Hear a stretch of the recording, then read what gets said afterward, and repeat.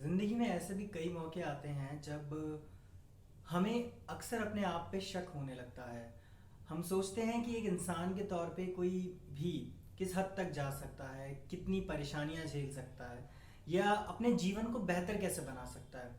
क्या हम वाकई इस काबिल हैं कि एक बेहतर ज़िंदगी जी सकते हैं या फिर इसके लिए सच में कोई ऐसी चीज़ लगती है जो शायद हमारे पास नहीं है और हमें हार मान लेनी चाहिए। ये बातें जो मैंने आपको बताई हैं इनका रेलेवेंस है इस वीडियो से, इसलिए मैंने आपसे कही है। अब इसका क्या रेलेवेंस है ये जानने के लिए आपको वीडियो एंड तक देखना पड़ेगा।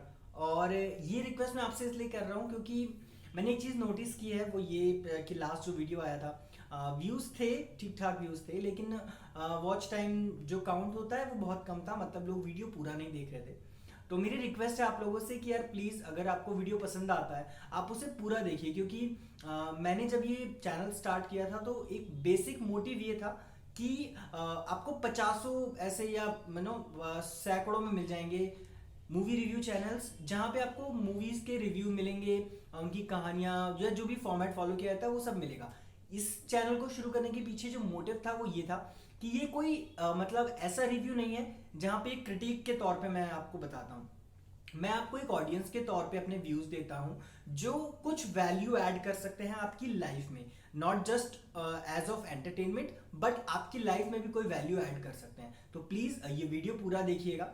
और इसी नोट पे मैं इंट्रोडक्शन देना चाहूँगा आज का, जैसा आपने थंबनेल में देखा होगा। आज के दिन पे हम क्योंकि बहुत सारा कंटेंट 26 मार्च एक ऐसा डेट है जहाँ बहुत सारा कंटेंट आया है और मैं ये सोच रहा था कि एक एक करके अगर करूँगा तो शायद मैं उतना बेहतर नहीं कर पाऊंगा। रीज़न बीइंग कि होता है कि आप कितनी सारी चीज़ों को अलग अलग करके अगर आप बनाते हैं तो आपका पूरा फोकस सिर्फ उस सीरीज को ख़त्म करके वीडियो बनाने पर रह जाता है। जो इनसाइट्स होती हैं वो शायद आप भूल जाते हैं। तो जैसा मैंने आपको बताया थंबनेल में आपने देख ही लिया होगा। आज हम जिन वेब सीरीज हैं कुछ उनका रिव्यू करने वाले हैं। सबसे पहले हम रिव्यू करेंगे चाचा विधायक हैं हमारे। दूसरे नंबर पे जिस वेब सीरीज का रिव्यू हम आज करने वाले हैं वो है ओके कंप्यूटर। और तीसरे नंबर पर, जी हाँ, जो इंट्रोडक्शन में मैंने आपसे कहा, तीसरे नंबर पर हम बात करेंगे एक डॉक्यूमेंट्री रिलीज हुई है 1232 किलोमीटर। उसके बारे में सबसे लास्ट में बात की जाएगी क्योंकि उसके बारे में बहुत सी ऐसी बातें हैं जो मैं आप लोगों के साथ शेयर करना चाहता हूँ। और मैं ये बात मानता हूँ कि हमें ज़रूरत है उस चीज़ को समझने की। तो मैं उम्मीद करता हूँ कि आप ये वीडियो एंड तक देखेंगे। तो इसी बात पे चलिए वीडियो शुरू करते हैं।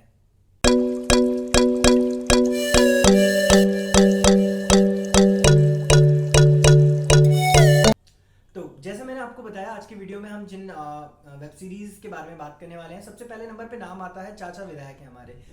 ये है रोनी भैया, इंदौर का सख्त लौंडा। छोटी सी इनकी दुनिया, यारों के यार हैं और एक प्यारा सा परिवार है। रोनी, कौन सी वाली अंडरवेयर लेकर आऊं? रेड वाली दे दो। चाचा विधायक है हमारे, अगर आप कहें तो ये अमेजॉन प्राइम का शो है, created by Zakir Khan himself. और इस वेब सीरीज के बारे में अगर हम बात करें तो ये इसका दूसरा सीजन है। चाचा विधायक हैं हमारे के अगर कास्ट के बारे में मैं जल्दी से बात कर लूँ तो जो हमारे रॉनी भैया हैं यानी कि हमारे जाकिर खान साहब, वो रॉनी भैया का कैरेक्टर प्ले करते हैं। लीड कैरेक्टर है, मनमौजी इंसान है, अपनी ज़िंदगी को अपनी शर्तों पे जीना चाहते हैं। प्रॉपर सख्त लौंडे का डेफिनेशन उन्होंने जिया है इसमें। शायद क्रिएटेड कैरेक्टर जो है वो उनके द्वारा ही किया गया है, इसीलिए वो इन्फ्लुएंस दिखता है। यहाँ पे आपको एक्टिंग कम दिखती है, यहाँ पे आपको Zakir Khan in real life या वो एक एज में जब अपने होम टाउन में रहते होंगे तो कैसे होंगे वैसे आपको दिखाई देते हैं। दूसरे नंबर पे अगर मैं बात करूं तो कुमार वरुण का नाम आता है। कुमार वरुण जो है वो क्रांति का कैरेक्टर प्ले करते हैं। इसके अलावा जो इनके दूसरे दोस्त बने हैं अनवर, अनवर का जो कैरेक्टर है वो व्योम शर्मा प्ले करते हैं। और सबसे मोस्ट इंपॉर्टेंट कैरेक्टर यहाँ पर जो आता है चाचा जी, जिनके नाम पर शो बना हुआ है चाचा जी, चाचा विधायक है हमारे। तो वो कैरेक्टर जो है वो अभिमन्यु सिंह प्ले करते हैं। अब बात अगर हम कर लें प्लॉट की, तो प्लॉट क्या है? प्लॉट ये है कि जहां से सीजन 1 खत्म हुआ था सीजन 2 वहीं से शुरू होता है। जो हमारे रॉनी भैया हैं अब उन्हें पॉलिटिक्स में आना है, एक्टिव पॉलिटिक्स में आना है। वो चाहते हैं कि वो खुद भी एमएलए बने और उसके बाद वो पूरी कहानी वहाँ से शुरू हो जाती है। फिर किस तरह से क्या क्या उस सीजन में होता है, उनका जो लव इंटरेस्ट है उससे रिलेटेड या उनकी फैमिली से रिलेटेड जो अप्रोच रहता है उसके बारे में अगर बात कर लें। या फिर बात कर लें, एक नई एंट्री हुई है यहाँ पे, विकी नाम का एक कैरेक्टर इंट्रोड्यूस किया गया है जो कि चाचा जी उनको लगा देते हैं जाकिर भाई के पीछे, रॉनी भैया के पीछे, कि ये तुम्हारी हेल्प करेंगे। और फिर वो कैसे एक सॉर्ट ऑफ लव ट्रायंगल सा बनाने की कोशिश की गई है थोड़ी थोड़ी जगहों पे, कि हाँ चलो एक कॉन्फ्लिक्ट डालने के लिए एक बंदा डाल दिया गया, इंटरेस्ट बढ़ाने के लिए। तो ये सब होता है। अब इसमें कई बार ऐसे भी मौके आते हैं जहां पर कि रॉनी भैया को बहुत सारे अंतर विरोध भी सहन करने पड़ते हैं, बहुत सारी चीजें अंदर से लोगों की तरफ से भी खराब आती हैं, बाहर से भी बहुत सारी परेशानियां आती हैं। लेकिन अब जो परेशानियों से हार जाए वो हमारे रॉनी भैया कहाँ।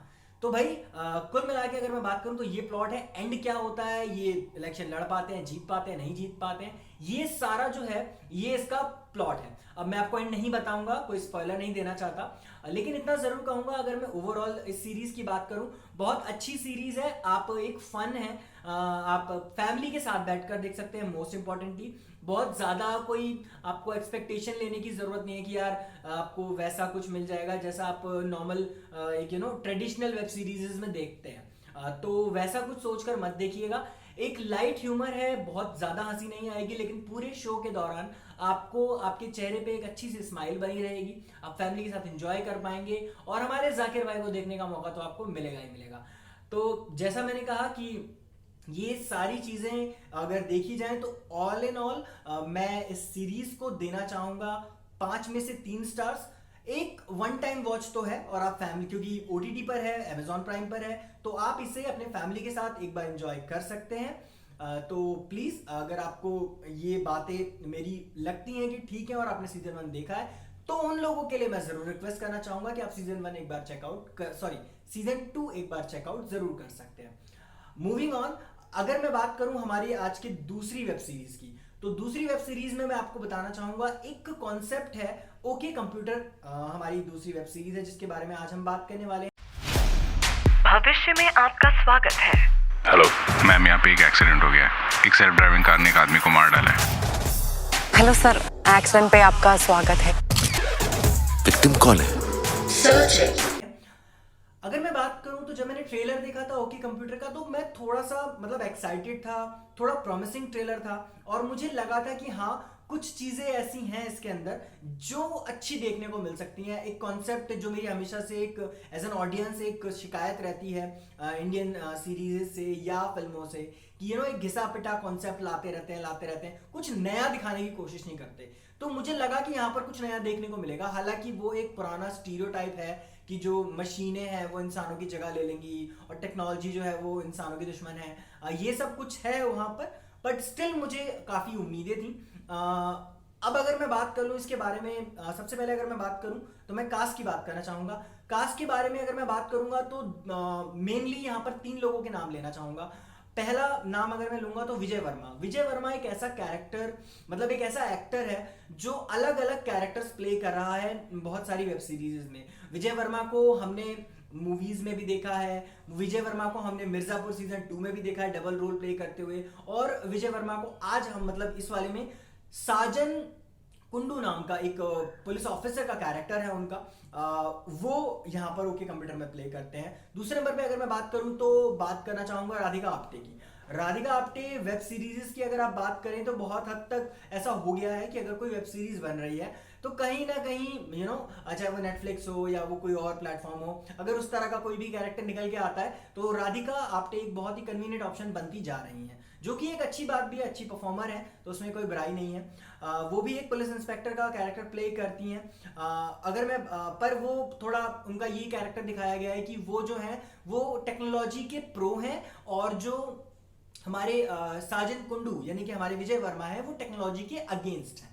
इसके बाद तीसरे नंबर पे नाम आता है जैकी श्रॉफ जी का। जैकी श्रॉफ जी ने जिज्ञासु जागृति मंच इस नाम की एक ऑर्गेनाइजेशन वहां पर दिखाई गई है जो टेक्नोलॉजी के अगेंस्ट है, उनके लीडर का कैरेक्टर प्ले किया है। उनके कैरेक्टर का नाम जो है यहाँ पे वो पुष्पक नाम का कैरेक्टर प्ले करते हैं ये, और जैसा मैंने बताया जिज्ञासु जागृति मंच के ये हेड हैं।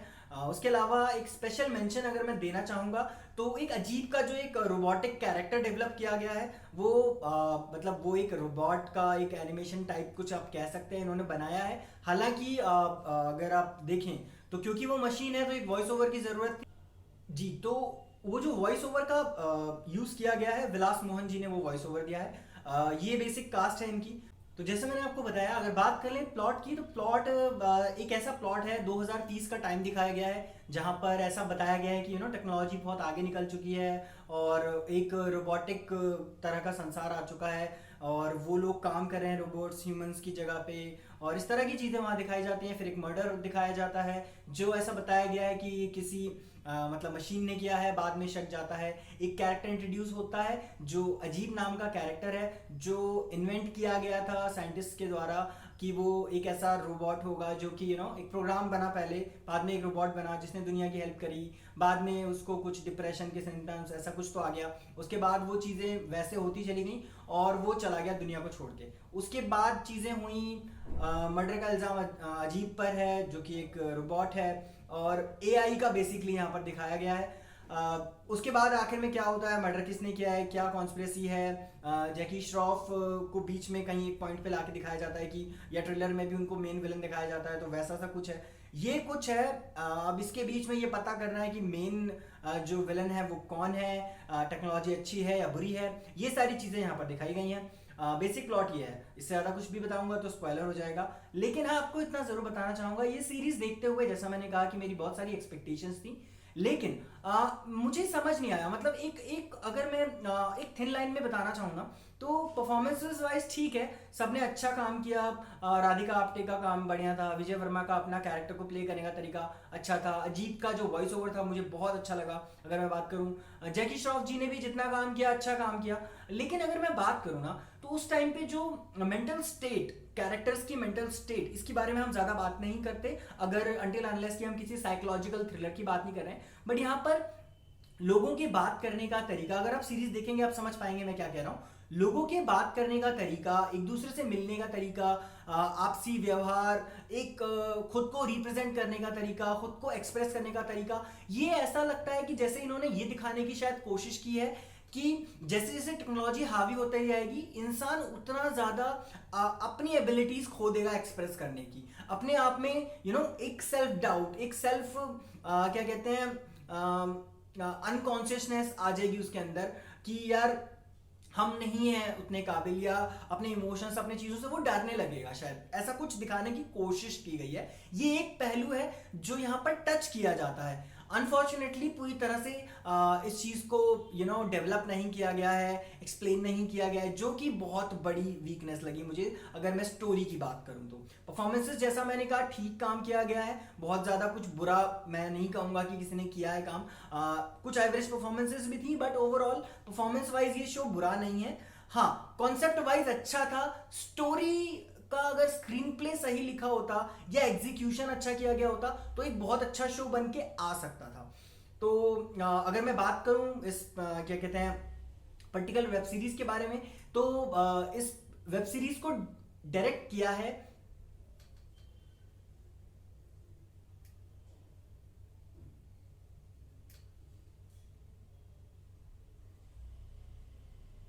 पूजा शेट्टी ने डायरेक्ट किया। इस वेब सीरीज को डायरेक्ट किया है पूजा शेट्टी ने।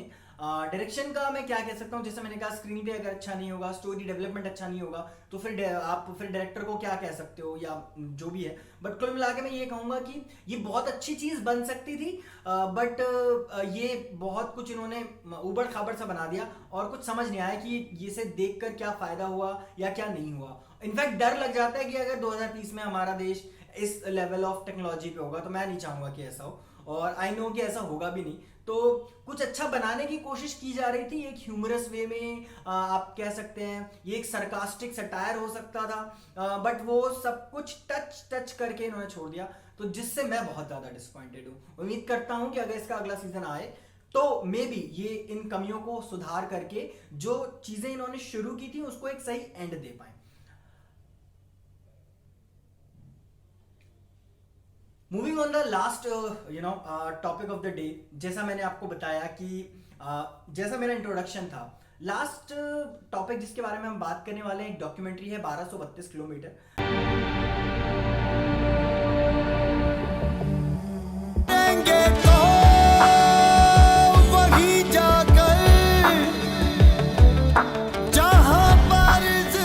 सर सजा। 24 मार्च को हॉटस्टार पर आई है और ये जो डॉक्यूमेंट्री है ये उस बारे में है जैसे पिछले साल लॉकडाउन लगा था, वहां पर जो जब पूरी कंट्री लॉकडाउन में थी तो किस तरह से जब लोग फंस गए थे, उनके पास खाने को नहीं था, पैसों की तंगी चल रही थी, किस तरह उन्होंने अपने आप को सर्वाइव किया। जैसा मैंने आपको कहा, एक इंसान की एक असली हद क्या है, वो क्या कर सकता है, वो क्या नहीं कर सकता है, इस बात का पता उसे तभी चलता है जब वो अपनी सबसे बुरी स्थिति में होता है।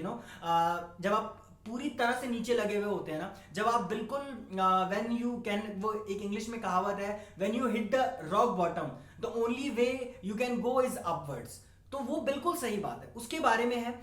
एक बहुत इमोशनल चीज है क्योंकि एक डॉक्यूमेंट्री है तो उसी तरह प्रेजेंट किया गया है। भागीरथी फिल्म्स ने इसे प्रोड्यूस किया है और जो इसके डायरेक्टर हैं विनोद कापरी, अगर मैं सही हूं तो,